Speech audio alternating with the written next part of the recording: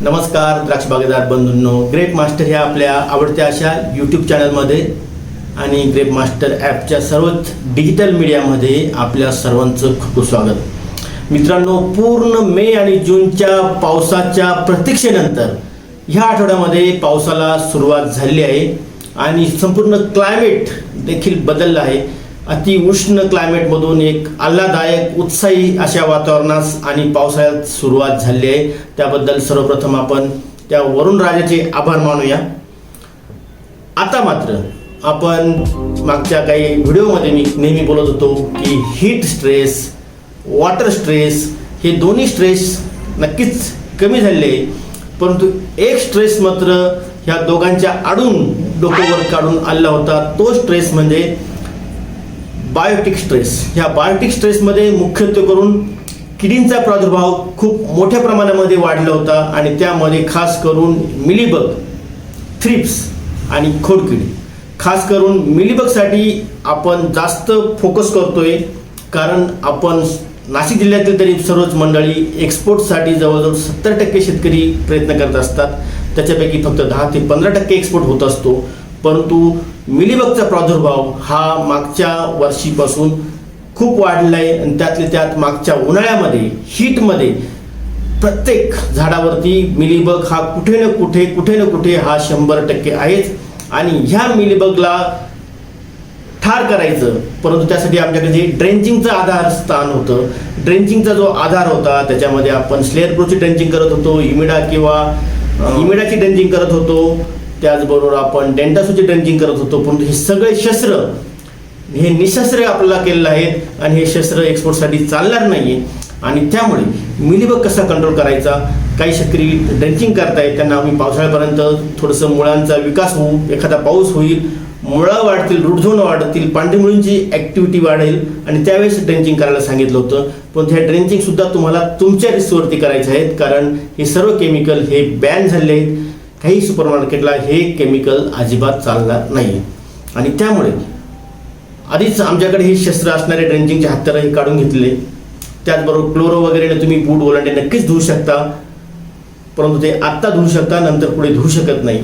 परंतु ह्या पावसाळ्याचा आपल्याला कशा पद्धतीनं उपयोग करता येईल की जेणेकरून आपण ह्या मिलीबगला किंवा इतर किडींचा प्रादुर्भाव आहे याच्यावरती आपण कशा पद्धतीनं आत्ता जर आपण थोडंसं प्रिव्हेन्शन, थोडी काळजी जर आपण आत्ता घेतली तर पुढील सीझनसाठी म्हणजे ऑक्टोबर नंतर आपल्याला हा मिलीबग अजिबात त्रास देणार नाही. यासाठी आपल्याला काही स्ट्रॅटेजी करणं अतिशय महत्त्वाचं आहे. म्हणजे तो तिसरा स्ट्रेस होता तो बायोटिक स्ट्रेसमध्ये खास करून थ्रिप्स, मिलीबग आणि खोडकीड यासाठी आपल्याला आत्ताच प्रयत्न करणं अतिशय महत्त्वाचं आहे.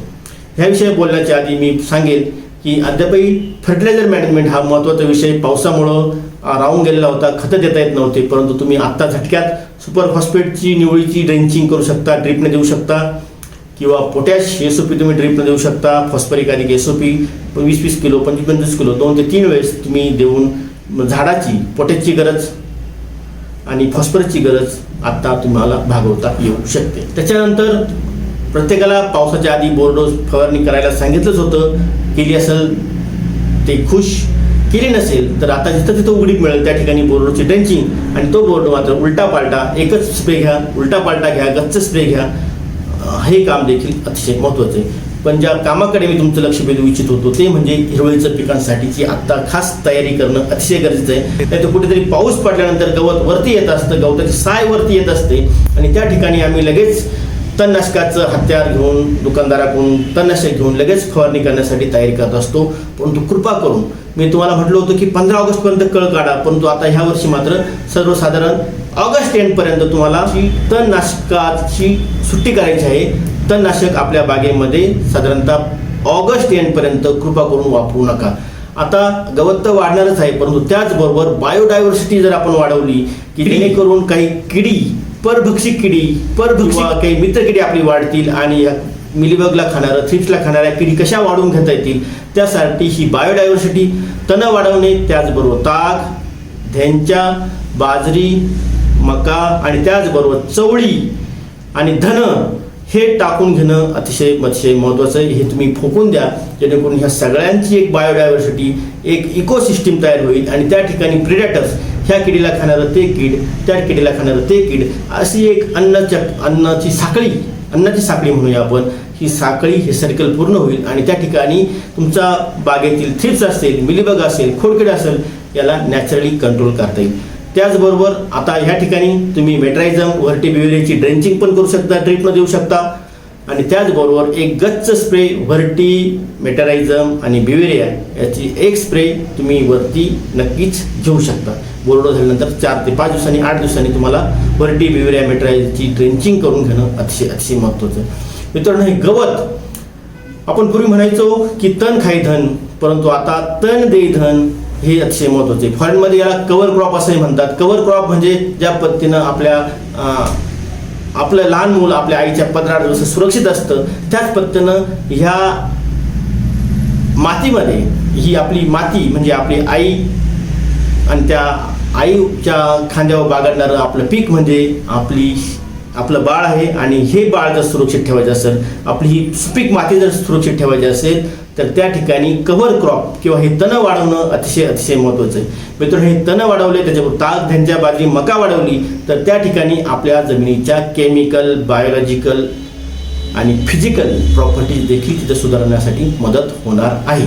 त्यामुळं हिरवेचं पीक करणं, तणं वाढवणं हा अतिशय महत्त्वाचा गेम चेंजिंग पॉईंट असणार आहे. त्याचबरोबर तुमच्या बागेतील किडीचा प्रादुर्भाव कमी होणार आहे, तुमच्या जमिनीची धूप होणार नाही आहे, सुपीक माती त्या कव्हर क्रॉप खाली शाबूत असणार आहे. आणि आम्ही पूर्वी शिकलो की सॉईल सायन्समध्ये की एक पावसाचा थेंब देखील स्प्लॅश म्हणजे पावसाचा थेंब उडून त्या ठिकाणी तो मोठमोठे ढेकळ फोडू शकतो त्या पद्धतीने. आणि त्या ठिकाणी गली इरोजन म्हणजे बारीक असं नगळी म्हणतो आपण, नगळी होते.